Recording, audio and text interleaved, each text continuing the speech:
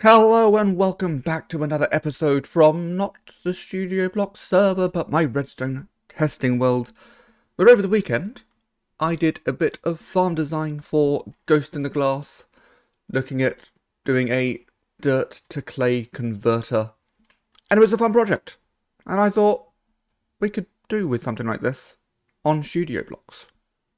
Because this wasn't for Studio Blocks, this was for another server. This was for, I believe it was for Fractured. I'm going to assume it was for Fractured. But obviously it's me, so it's got to be a little bit more complicated than that. We're not just going from dirt to clay, we're going to be doing stone to moss to rooted dirt to mud to clay to terracotta. And all in a process where we only need the one player. But to convert from moss to rooted dirt, you've got to grow an azalea tree. And then you've got to get rid of the azalea tree. And that was causing problems. That was really difficult to do. And I spent a day looking at different flying machine designs and things like that. And then a thought occurred to me. We don't care about getting coloured terracotta. We just care about the base terracotta because we now have a mason setup where we can get a lot of coloured terracotta and we have universal dyeing. Can we use universal dyeing to go back to regular terracotta? It's something I hadn't really considered before.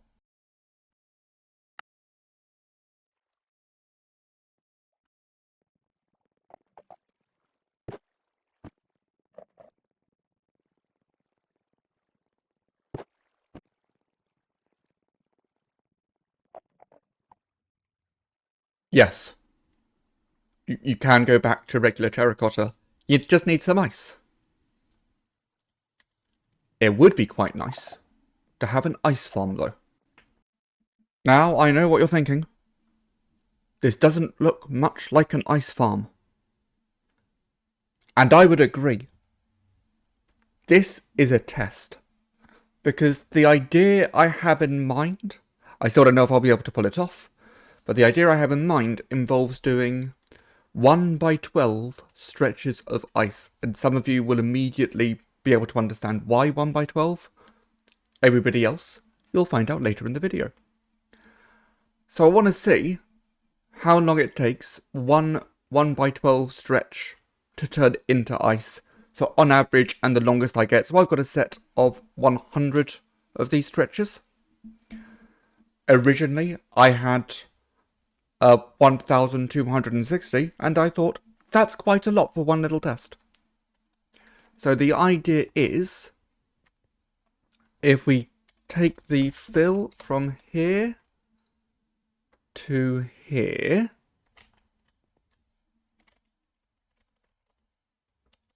and we're not going to fill it with anything yet. I then have a piece of glass up here that I can stand on and look down.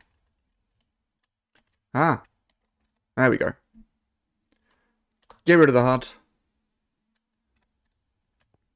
In fact, get rid of the glass as well because it's blocking my view a little bit. And then we want to fill this with water, only replacing the orange wool. And now at this point, I can go into my video editing software and keep track of when each one gets completely filled, and I'll have a load of times. You don't need to see that bit, but it might be good fun to see it all fill in.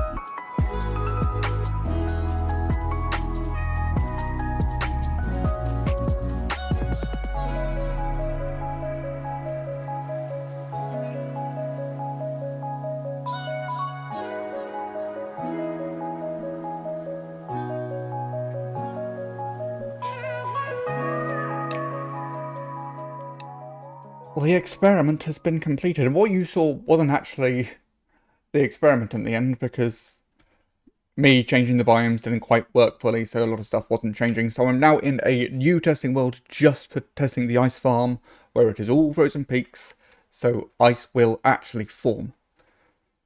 So our fastest line, we don't really care about the fastest line, but it was interesting, formed in just under 4 minutes. Our slowest, 21 minutes 26, and we had an average of 10 minutes. Now I need to know this because we're going to need to know how many lines I want to try and get some good flow. Because here's the plan. Let me build up the plan. So we're going to have a line of sticky pistons. This will all be in the air, of course. 12 sticky pistons. We're going to have a floor underneath. Let's just use stone for now. And then we need to go a little ways around it. Oh, come over here. There we go. And then probably some form of outline. But I'm hoping we can do a nice large outline and have sort of several bits going at once. Because from here, we'll then grab some trapdoors. Let's go spruce for the demonstration. That's not trapdoors, those are pressure plates. Trapdoors, please. So we do trapdoors on either side. And then one in the middle either end. And we want all of this to be waterlogged.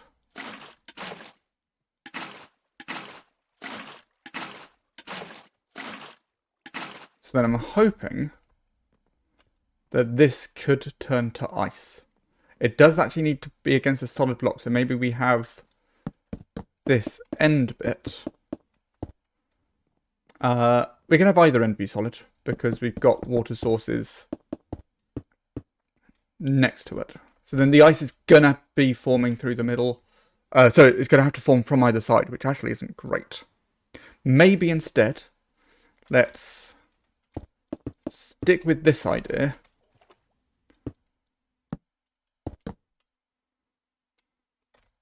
Get those waterlogged, but have all the water coming in from one side. That way it's going to have a line of blocks that the ice can spawn against. Yes, that makes sense to me. So then we will power all of the pistons once all the ice is there. Well, really, when the timer says so, but hopefully we'll have all the ice there. So we can just put a lever down here. So that will push a stone up and push any ice blocks up. And then when the stone gets retracted, we then have a load of water sources again. So let's assume this was fully icy. We then have ice with water coming in underneath. That can't form into ice because to form into ice, it needs access to the sky. So then we need to clear this, which I am going to do with a flying machine, a self-returning flying machine. So we also need a little bit of obsidian. So obviously we need a sticky piston to push the ice. Actually, no, we don't. That's a silly idea. We need a regular piston, and we want to start from back there. So I need the self-return mechanism to be on this side, I think. So that's going to be observer, redstone lamp, observer, sticky piston. So then the idea is when a redstone lamp gets turned on, even by an observer, it stays on for longer than a tick.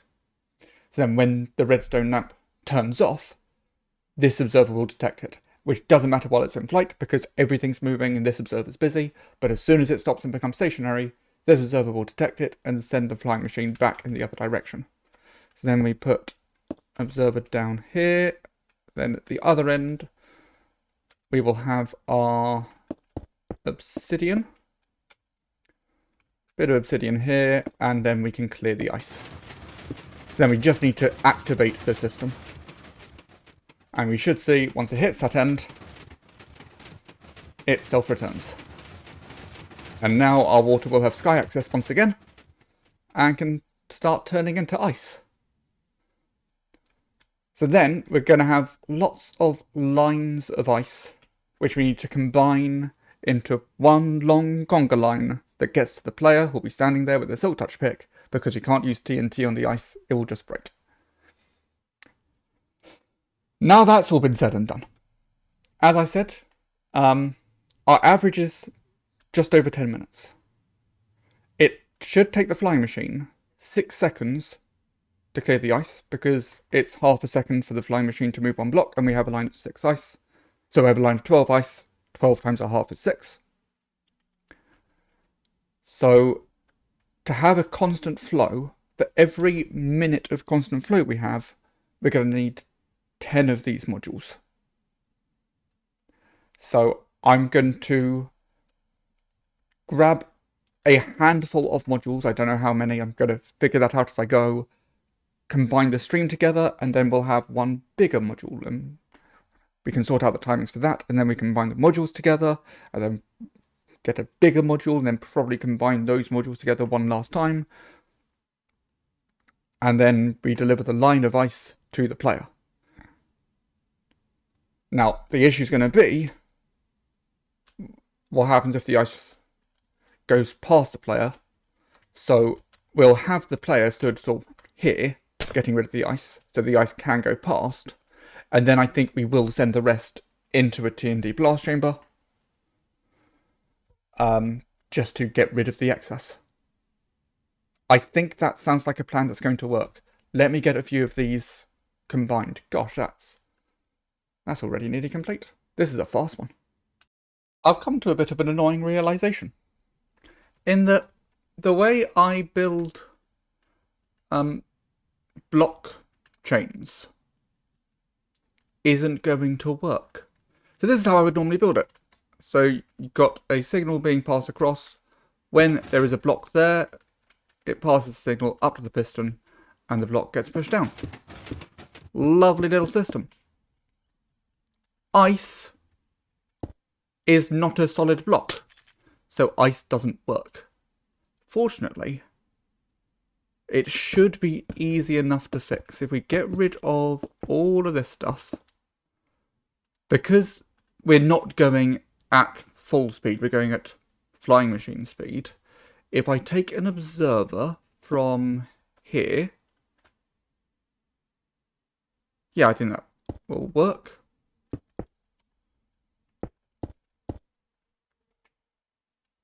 Let's pretend we've got a line of ice ready to go.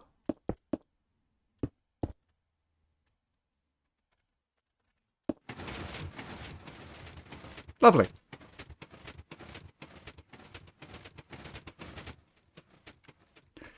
So I need to redesign all my systems, but I can just do it with observers. This shouldn't be too bad. I'm going to get on with it. Okay. Well, this has taken a lot longer than I would have liked. I just completely forgot how to do hopper clocks. Just figuring it out myself. I should have looked it up, really, but I like to figure things out. But we have our first module of 3. Now that I've got it, getting the rest of the modules together should be fairly fast, because it's just going to be a case of getting the timings right. So I've got a command block down here just to get rid of that block of ice, so I can test it without having to get rid of the ice every time. We have filled it with ice. Let's see what happens. So we've got the first one going. I'm going to get this view so you can see that the ice coming through just keeps going at the same speed. The ice coming through at the bottom does not slow down. I'm so chuffed that this has worked. So now I'm going to put 4 of these in a little cross. And then that will be a bank of 12, which is not bad to have. That's a good start. So we started out with one little stretch of ice. That's 12 blocks of ice. It runs through it in 6 seconds. We then combined 3 together. So that gets us 36 ice in 18 seconds. And then we have now combined 4, all going into the middle section. So that's 144 ice every 1 minute and 12 seconds. And then I combined 4 of those. So then we've got 576 ice every 4 minutes and 48 seconds. And then I kind of got carried away. So we're getting 2,304 ice every 19 minutes and 12 seconds. That is, based on our test earlier, 99% of the time, we should get all the ice. Now, there are some issues there. We'll talk about them. I've also added in the TNT blast chamber. You may recognize this is the same blast chamber we have for the cobblestone farm, the tree farms, etc. I have taken out the bit that collects the materials because when TNT breaks ice, it just breaks. So then we have a section... Where is it? There we go. A section down here, which all the ice passes through. So the player stands here, holds down, left click, breaks the ice, obviously silk touch pick, falls into the hoppers, goes into the storage system, and anything that they miss for whatever reason will just go into the blast chamber and get destroyed. And any overflow here gets spat out into lava. So we can run this indefinitely without any problems. But there are still some things that need to be done. As I said, we do still have an issue with ice, and that is simply because the water fills in from this side, and what has happened is that ice forms as soon as the water source is there, which means that the rest doesn't become water sources. So it's going to be a very simple fix. It's going to take me a little while to get it done everywhere, but all we need to do is get some polished andesite stairs, replace that block, and then if we waterlog that, we then have water coming in from both sides, so that will happen less. It's not going to stop it happening at all, but it will happen less. So I got to do that however many times. What? 3 times 4, 12 times 4, 48 times 4, around 192 times. But of course, we'll use schematics to make that much faster. I also need to spawn-proof everything, because there's a lot of places where mobs could spawn, so that's a thing that will need to get done. That's just going to be putting down slabs. But then there's the other big thing I need to do is it takes 19 minutes and 12 seconds to run this thing. It's activated by this lever, nice and conveniently placed where you're going to be digging out the ice. And what that does is just put this block in place to complete the circuit. Now, if we did a block over here, it wouldn't actually affect the circuit, except if it was off, it would stop the signal going through. Doing it where there's already power coming through allows the circuit to begin. But then when you turn it off, you've got to wait for the end of whatever 19-minute and 12-second segment you're on. So, just around the inside, I'm going to extend this round. And whenever there is a segment like this, which is not powered and it's coming just after the sticky piston, we'll put a block in the way. Then when you turn it off, you will have less time to wait. I don't know how much less time, but less time.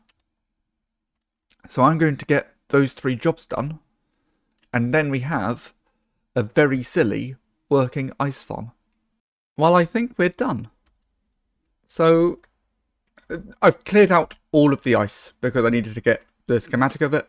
We have the share stone where you will arrive at the farm, storage, then you go up the ladder, and you pull this lever, and the farm begins. So yeah, we've got 64 of these modules. I think that's right. So yeah, you'll see the ice start to make its way round. And it seems to run. I've not had any issues yet, but I've not really had it running for extended periods of time. I've just done one loop at a time. sorting out all the timing was fun, but it has somehow remained quite consistent with the items in the hopper timers. And then we got the two on the outside were always 8 and the one in the middle is always 7. So that's nice and easy for me to remember. For the most part, the farm is made from materials that we have farms for, which is very nice. It means it shouldn't take a long time to build. Well, no, it's going to be a real pain to build because we've got all of these little separate bits about. So there's going to be a lot of going up and down scaffolding. We'll get to that in the future. It's not going to take ages for me to collect the resources. There's no resource I need more than 10 of that we don't have a farm for. I'm definitely going to be spending some time okaying at the cobblestone farm because I need just over 900 stacks of cobblestone. But we now have what I think is quite a fun ice farm. Where's the ice going? Where's it going now?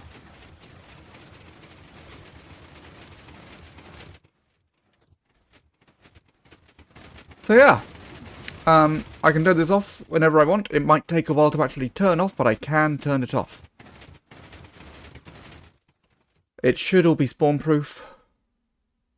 I think it's ready. I'm going to have missed something. It's such a big farm. There's something that's been missed. I'm sure of it. But I'll find that out in the future. Obviously, I don't have to spawn proof where the ice is going to be because ice is non-spawnable in itself. So that's not a problem. Yeah, I think you're all good. So I think I'm going to get going. Oh, one thing. Obviously, you know, if you like the video, leave a like. But down in the comments, I feel like this farm should have a name. And I can't think what to call the farm. So let me know down in the comments, what should we call this ice farm? And subscribe if you aren't subscribed. And in the meantime, my name is Weird and Bearded, and I will see you all next time.